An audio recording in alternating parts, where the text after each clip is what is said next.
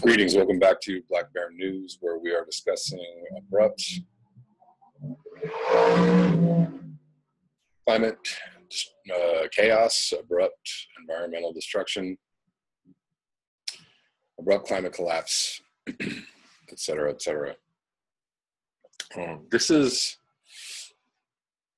proving to be the absolute, truly worst thing that is confronting us in the near future. And it's unfortunate that people cannot see, the things that are right in front of their face, that, a lot of the population is pretty much like cherry picking their information, and it's, easy to do because the mainstream news does not give us the actual information of what's going on. They don't, they kind of halfway cover some extreme weather events, but, a lot of times they don't. A lot of times it's just whatever's happening in the US and nothing else. So most of the time I see most events being covered like in print news or in, on the internet, let's say on the news website, but I don't actually hear it being covered like on the actual broadcast. So, if people are watching TV, they're missing a whole lot of information, a whole lot more information than people that are actually reading their news. If you're reading your news, you might be able to actually get, a more well-rounded view of what might be transpiring. But, if you're watching TV, you're pretty much clueless because it's just, Trump and Roseanne Barr and Robert Mueller and, whatever. But this is absolutely the thing I think that's going to trump all other news events in the next few years. Will Trump make it to 2020 without some kind of climate catastrophe or, actual climate change, maybe taking down the economy? I think it's a race against time. And it's unfortunate for whoever comes in after him, if there is another after him, that they're going to, maybe that's a great catalyst. Who knows? Maybe some kind of, extreme evidence that, this is upon us and this is what needs to be dealt with. Maybe this will push people into somebody who's, willing to take on some extremely progressive policies towards committing our budget and our economy and our country towards, some kind of sane path. Likelihood of that happening, I'm going to put that at, very low percentile, but, we'll see.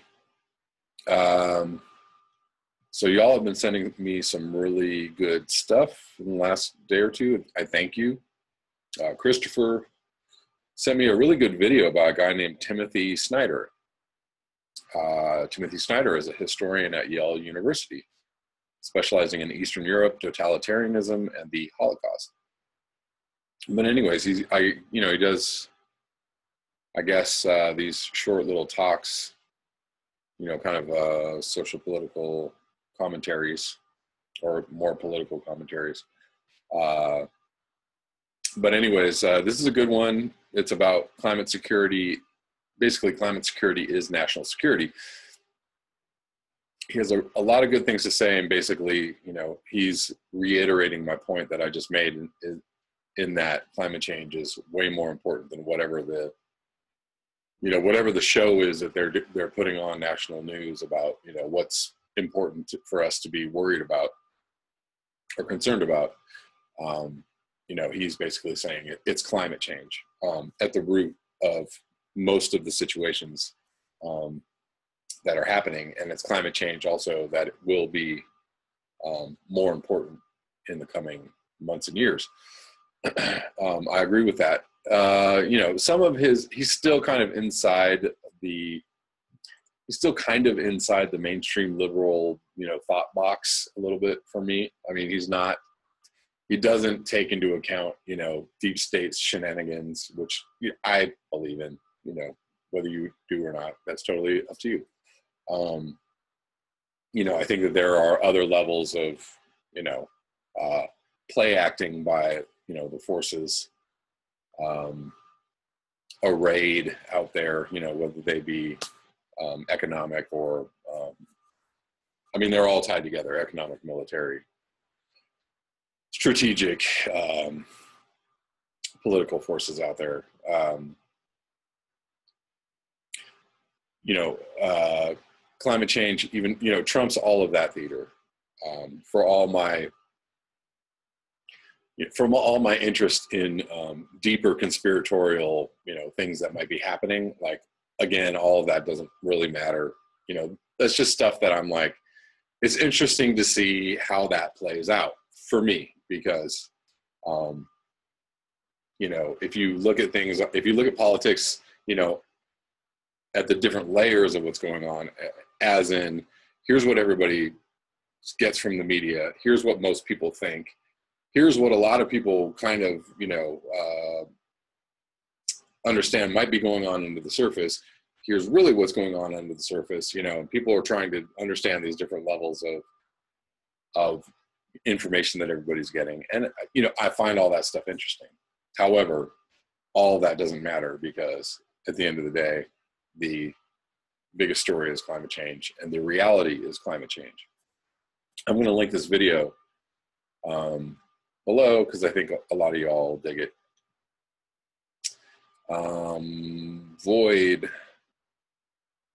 Void sent me this article, which is from May 2nd, 2018. Shock and thaw. Alaskan sea ice just took a steep, unprecedented dive. April should be prime walrus hunting season for the native villages that dot Alaska's remote western coast.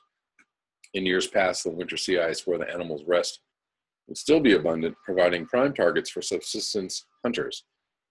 But this year's sea ice coverage as of late April was more like that, what would be expected for mid-June, well into the melt season. These conditions are the continuation of a winter-long scarcity of sea ice in the Bering Sea, a decline so stark it has stunned researchers who have spent years watching Arctic sea ice dwindle due to climate change.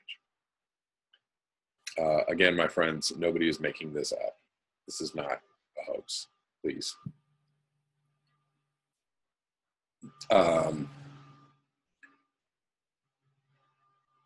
Let's see, winter sea ice cover in Bering Sea did not just hit a record low in 2018. It was half that of the previous lowest winter on record, 2001. Says John Walsh, chief scientist of the International Arctic Research. So here we are, 2018. And on record, what was the lowest year of sea ice cover in the Arctic? Was that 2012? But they were talking about just the Bering Sea. Half of the lowest record, 2001. There's never been anything remotely like this for sea ice in the Bering Sea going back more than 160 years, said Rick Tommen, an Alaska-based climatologist with the National Oceanic and Atmospheric Administration.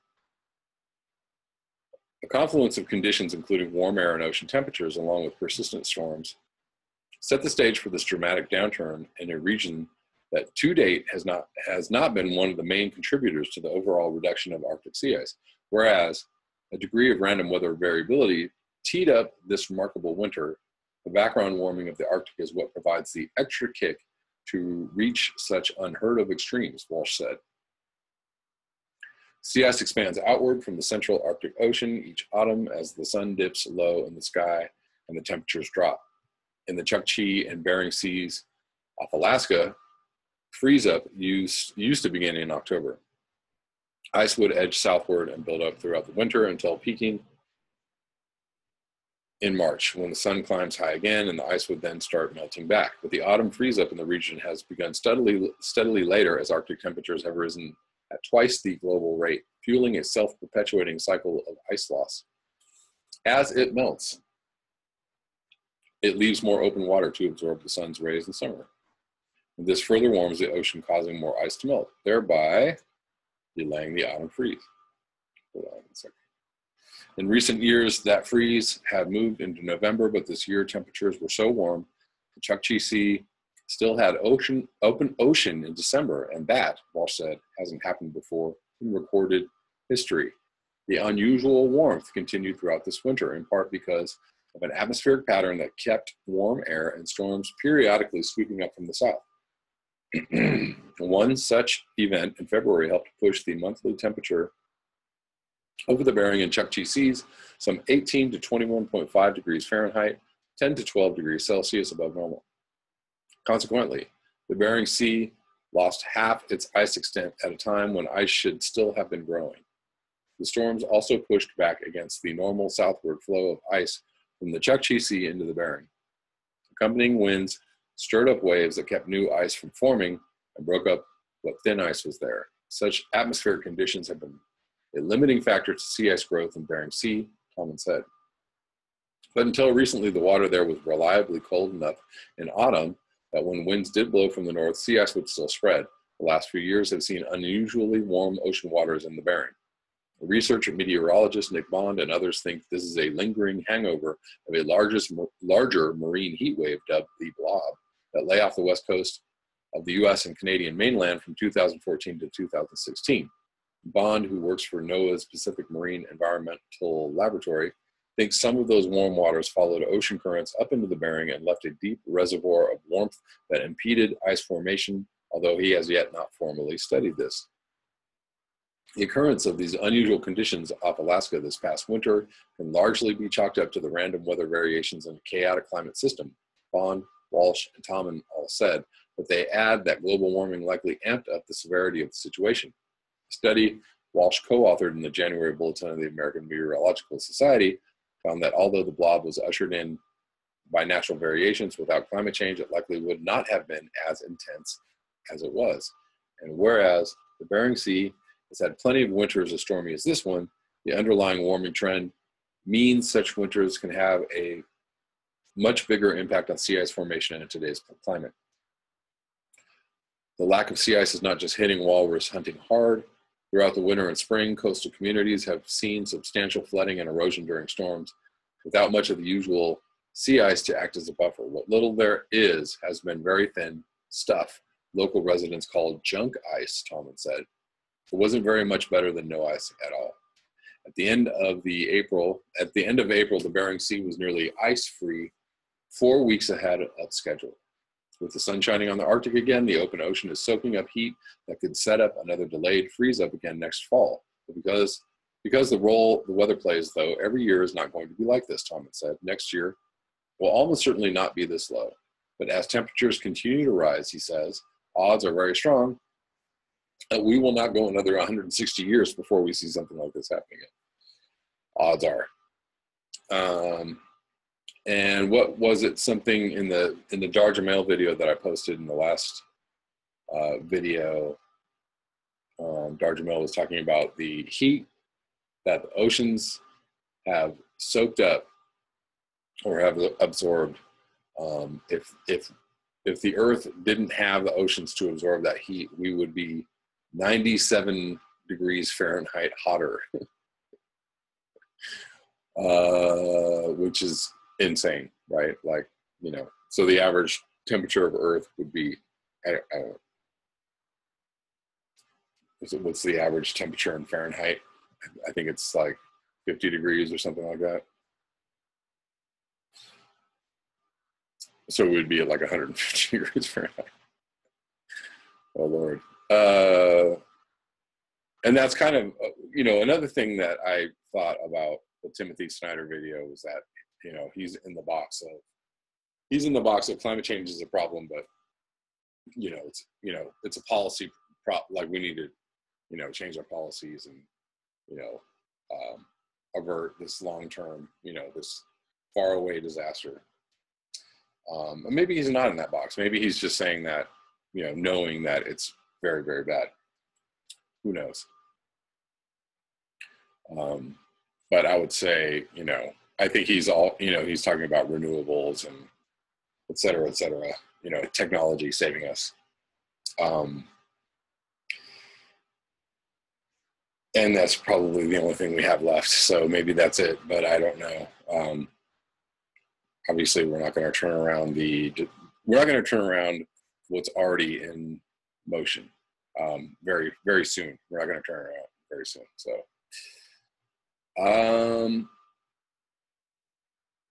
to continue in the Arctic,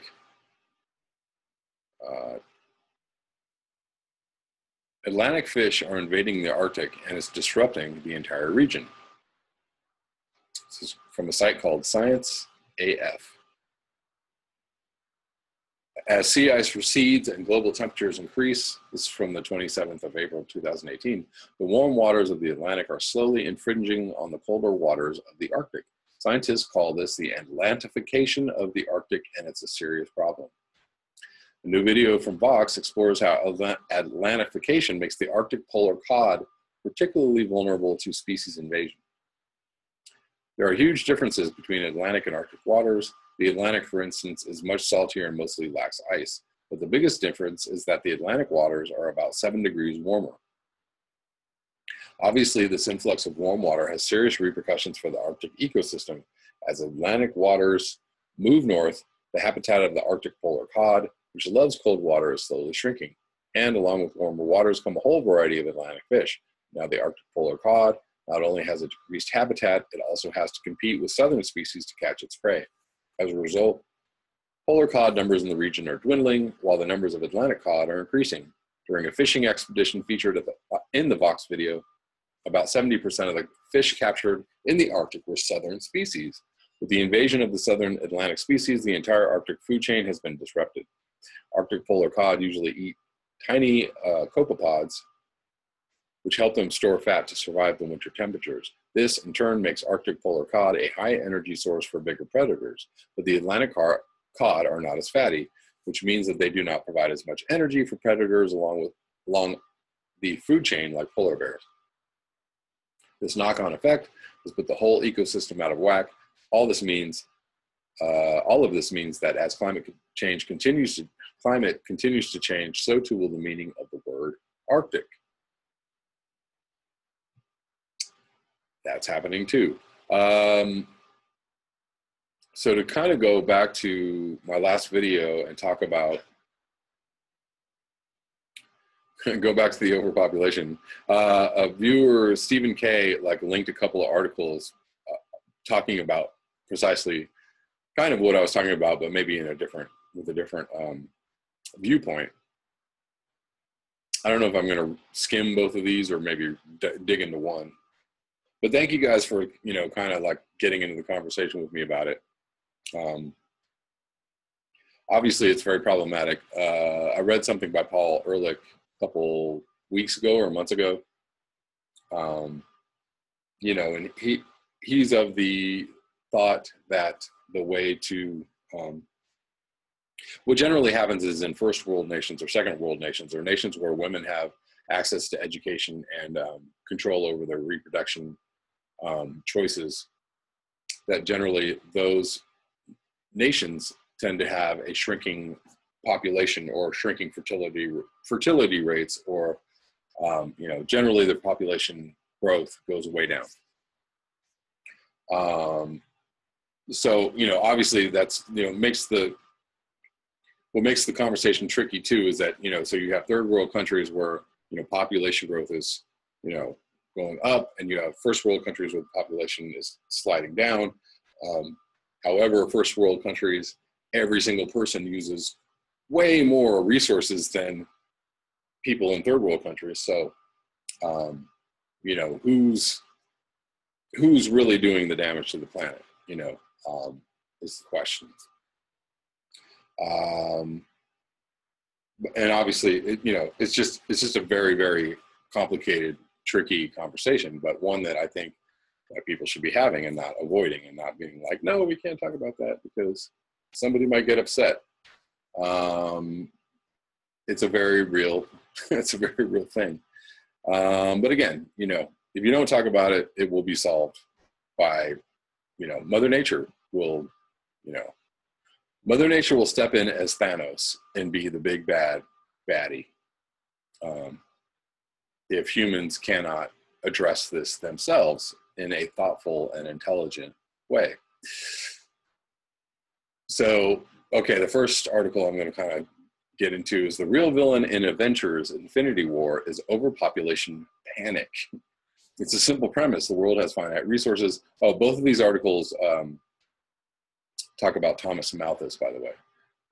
Human population and thus consumption of those resources cannot increase forever. Eventually, demand will outpace Earth's supply of food, water, fuel, and land. Mass extinction will ensue for us and possibly for all life. We will literally eat ourselves to death. So that, you know, that premise. So he's kind of like, he sets up this premise as like, ha ha ha ha ha, right? This isn't real. But the thing is that all of that is actually happening. So I don't know. The premise is actually reality. It's not a premise. The simple premise and its intuitive conclusion are at the heart of a branch of economics founded by 18th century English scholar Thomas Malthus, who wrote an essay on the principle of population. They're also at the heart of Disney and Marvel's most successful comic book flick to date, Avengers Infinity War. But it's not beloved heroes like Iron Man, Captain America, Thor, the Incredible Hulk delivering Malthusian monologues. It's Marvel's meanest, mightiest, mauviest bad guy yet, Thanos, the Mad Titan. We can take this as a virtual guarantee that Malthusian theory in the Marvel Cinematic Universe, just as in the real world, will be devastatingly discredited. It's not the first time the studio has Hulk smashed left-wing orthodoxy. Watching Marvel's last box office record breaker, Black Panther, I couldn't help glancing around the theater to see if anyone else was hearing what I was hearing. Lines we have come to expect from radical race activists about the inherent evil and ancestral guilt of those with light skin and the futility of discussing racism with whites. It's interesting that this guy took this turn, but whatever. About the global brotherhood and shared grievance of those with dark skin, about reparations owed and armed resistance and revenge, all came from the mouth of the movie's villain, the aptly named Killmonger. The story's hero, King T'Challa, meanwhile, speaks of forgiveness, of reconciliation, of moving beyond the past and rising above victimhood. Killmonger dies with a bitter epithet about slavery on his lips, while T'Challa opens outreach centers for inner city kids. In short, Black Panther is a repudiation of so much of modern intersectional thought, it boils down to the need of Black boys of all boys for father figures. Its moral was almost jarringly conservative. I thought this might be a fluke, but I was wrong. Thanos, Mad Titan, Malthusian, Infinity War. So that last whole section could be, you know, obviously food conversation, of course, but we're not going to go there now. Infinity War casts its big baddie as a champion of yet another progressive pet cause. Population control. Thanos, who has teased audiences with sinister grins and cryptic statements in years of after-credit scenes, has finally revealed his true motive. He wants to wipe out half the galaxy's population to make sure the other half has plenty to eat. We watched during his obligatory villain speech as Thanos explains why he needs the power of Infinity Stones to teleport from planet to planet, killing billions in order to defuse the population bomb that desolated his home world.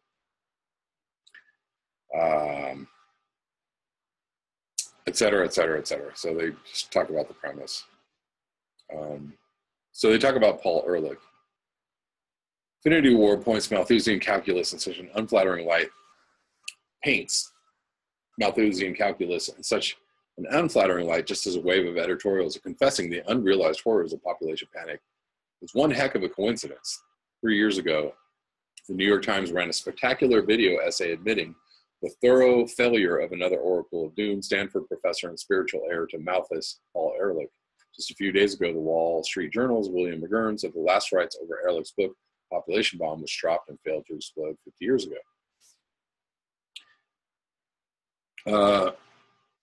So it hardly needs saying that Ehrlich was wrong, not just wrong like someone who thought Thanos would be defeated by the end of Infinity War, but wrong in the spectacular and mortifying way only a carefully studied and smugly confident scholar can be. Not only did hundreds of millions not starve in the years following Ehrlich's prognostication, but thanks to a green revolution, worldwide food production tripled while population more than doubled.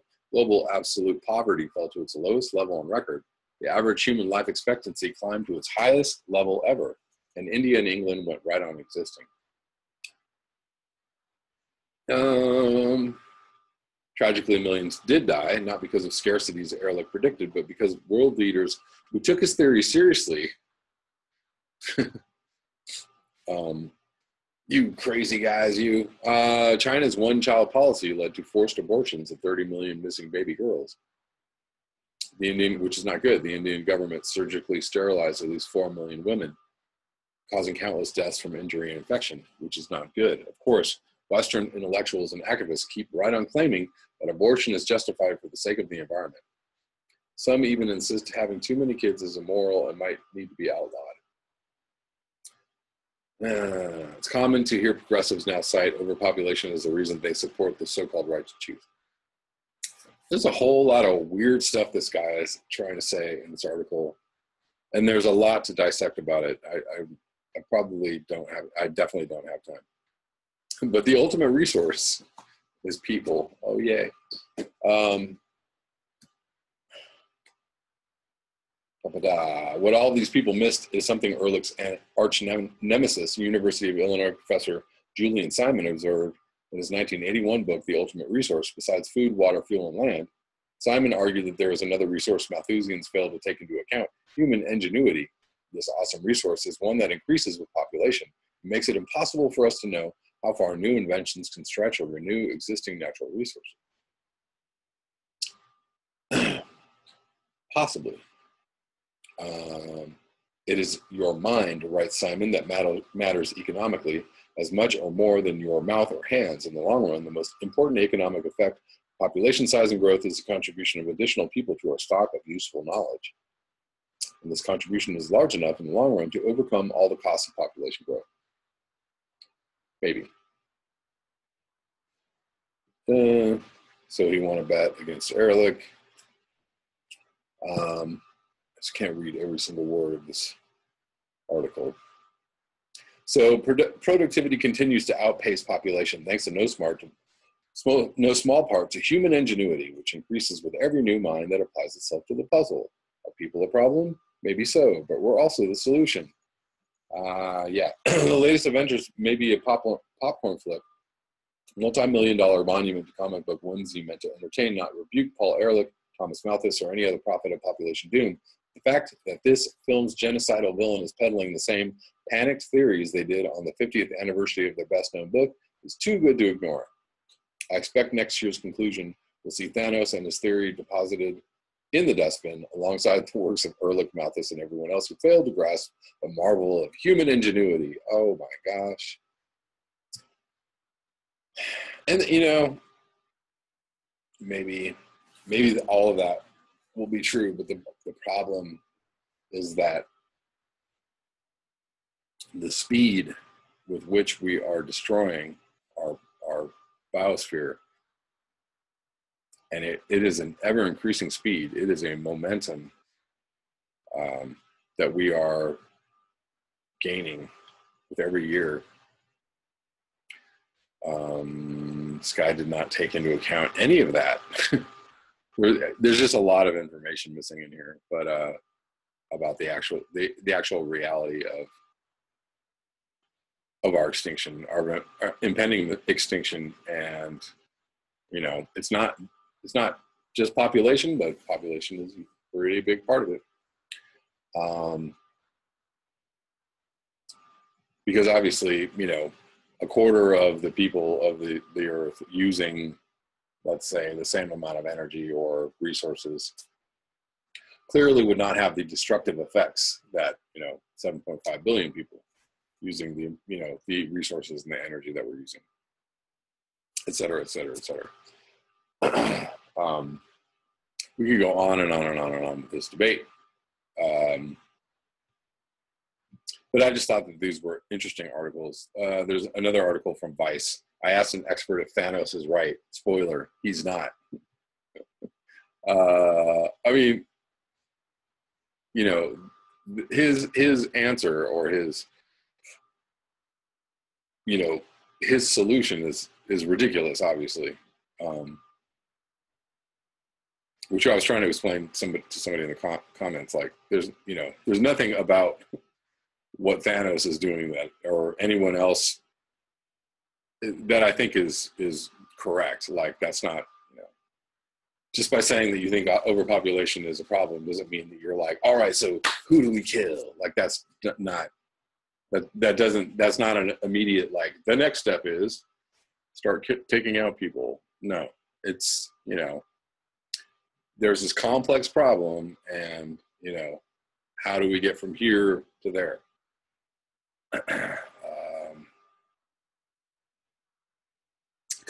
So I'm just going to jump down in this article. Considering,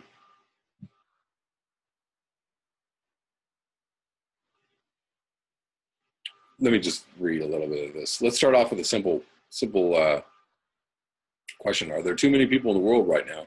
Lime and Stone. No. When people talk about overpopulation, you have to ask why. What is the problem with the number of people that we have? You get a couple answers. Sometimes people say we can't feed them all. That's not true. Caloric output of current agriculture is more than enough to feed everyone, and most of the world is nowhere near maximum theoretical yields with even current technology. And I will say, in a communal, shared, if we were sharing agricultural output as opposed to hoarding and selling in a capitalist type scenario, yeah, everybody on the world would definitely have enough to eat right now.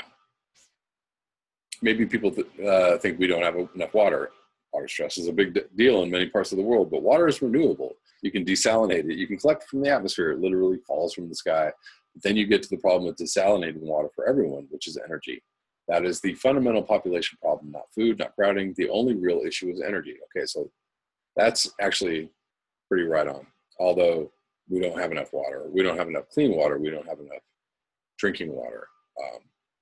And that's getting worse by the day. That gets to fossil fuels, global warming. But at the end of the day, there's a vast amount of energy available using fairly simple technologies like wind, hydro energy, and biomass. So, which is renewable, since the sun is pumping energy onto us. Energy is a place where we're making massive strides, and the potential for renewables are enormous.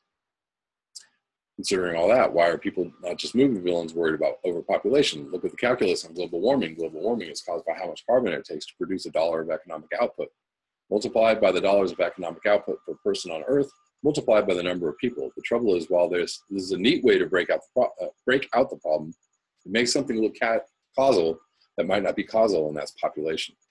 The question is that if you reduce population, would you actually get less emissions? And the answer is not really. There's been a lot of research on this, on what happens when you get population reduction in society. Emissions don't shrink nearly as much as they should. You don't turn the power plant off because population falls 5%. You still have the roads. There are fixed costs that don't change. One moment. Furthermore, if you do the actual math, even if you assume that people are this causal instrument and that the economy would immediately respond to population changes, you come to the conclusion that there is no plausible population trajectory for the Earth that makes any difference. A drop in fertility doesn't change climate forecasts very much. It's just not that influential, especially on the time horizon that we need. True. We need a change in carbon output this century to avoid catastrophic global warming, or maybe last century. The impacts of reducing fertility start to show up in like 2075 and aren't really big until 2200. That's too late, too little too late. The way you have to do it is you have to find ways to use less carbon. You have to use alternative energies, renewable energies. You have to encourage more efficient allocations of people in different living arrangements. Everyone in the field is aware of this, but the mid-level education cocktail party level of information activists have it in their heads that the family of 4 kids down the street is causing global warming. That's just total crap. What's causing global warming is that your local power plant is coal-fired instead of natural gas-fired, natural gas-fired instead of hydro plant, or it's a hydro plant instead of wind and solar. Yeah. All right, so that's all I'm going to read of this because this is getting extremely long. But I'm going to link both these articles below. I found them interesting. Maybe you will too. it's a multifaceted problem. There are, are obviously lots of factors and vectors in the ongoing environmental destruction. We've already hit tipping points. We've already triggered positive feedbacks, and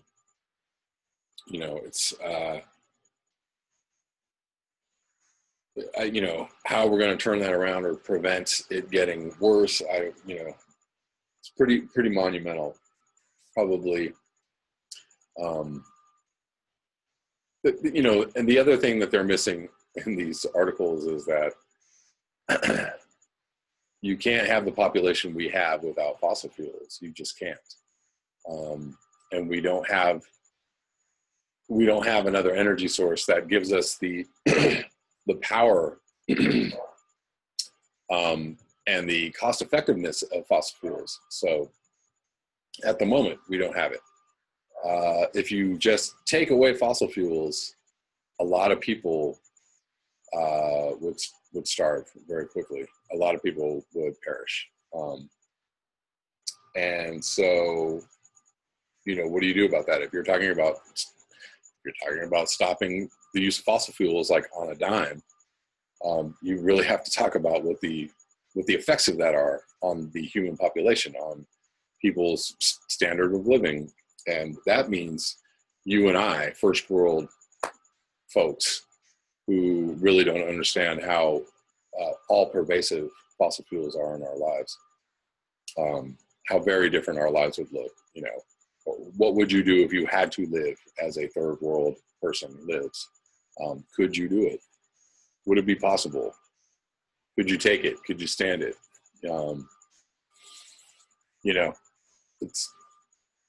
It's a lot of questions is what it is.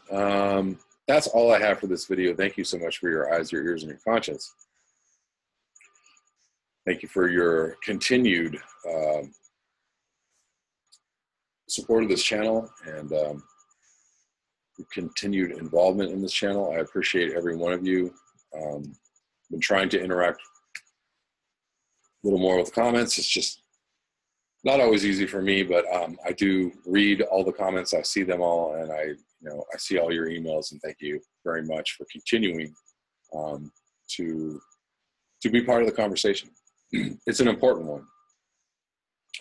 Probably the most important one if you want to, get all high and mighty about it. Hope to be back very soon with another video. Until next time, peace.